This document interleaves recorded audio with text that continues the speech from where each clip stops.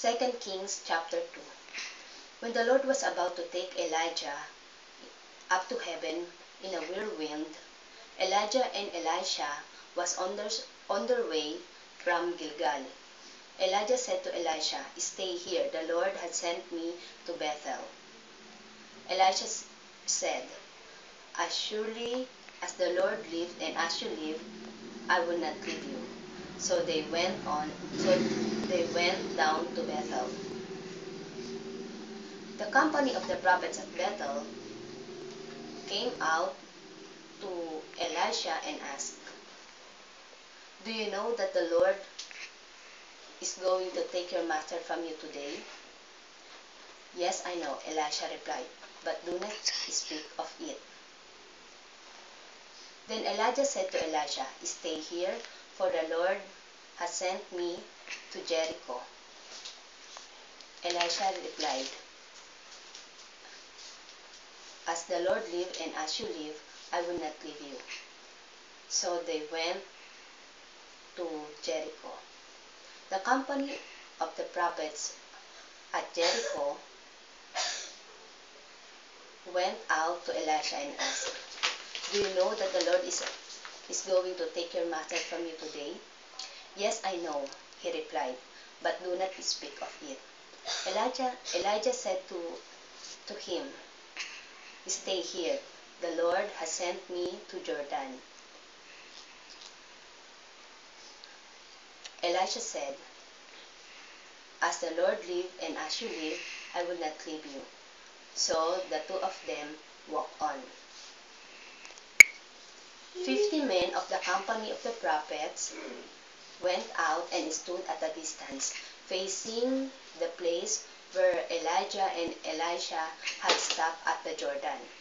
Elijah took his cloak, rolled it up, and struck the water with it. The water divided to the left and to the right, and the two of them has crossed over on dry ground. When they had crossed, Elijah said to Elisha, "What can I do for you before I am taken from you?" "Let me inherit a double portion of your spirit," Elisha replied. "You ask a difficult thing," Elisha said. "Yet it be yours if you see me when I am taken from you. Otherwise, not." As they were walking along and talking together, suddenly a chariot of fire and horses of fire appeared and separated the two of them. Elijah went up to heaven in a whirlwind. Elisha saw this and cried, my father, the chariot and horsemen of Israel." Elisha saw him no more. Then he took his own clothes and tore them apart. He picked up the cloak that had fallen from Elijah and went up and stand at the bank of the Jordan. Then he took the cloak that has fallen from him and struck the water with it.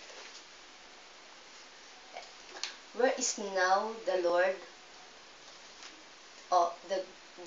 Where is now the Lord, the God of Elijah?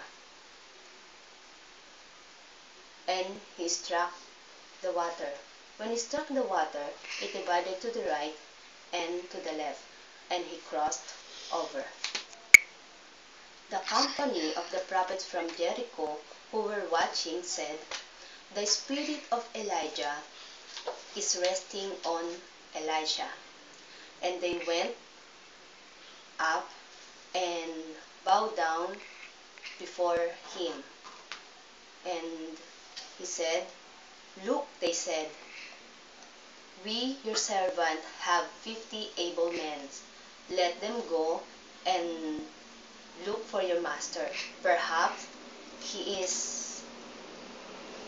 Perhaps the Spirit of the Lord picked him up and set him on some mountains or in some valleys. No, Elisha said, do not send them. But they persisted until he was too ashamed to refuse. So he said, send them. And they went and searched for 3 days, but do not find him. So when they returned to Elisha, who was staying in Jericho, he said to them, didn't I tell you not to go?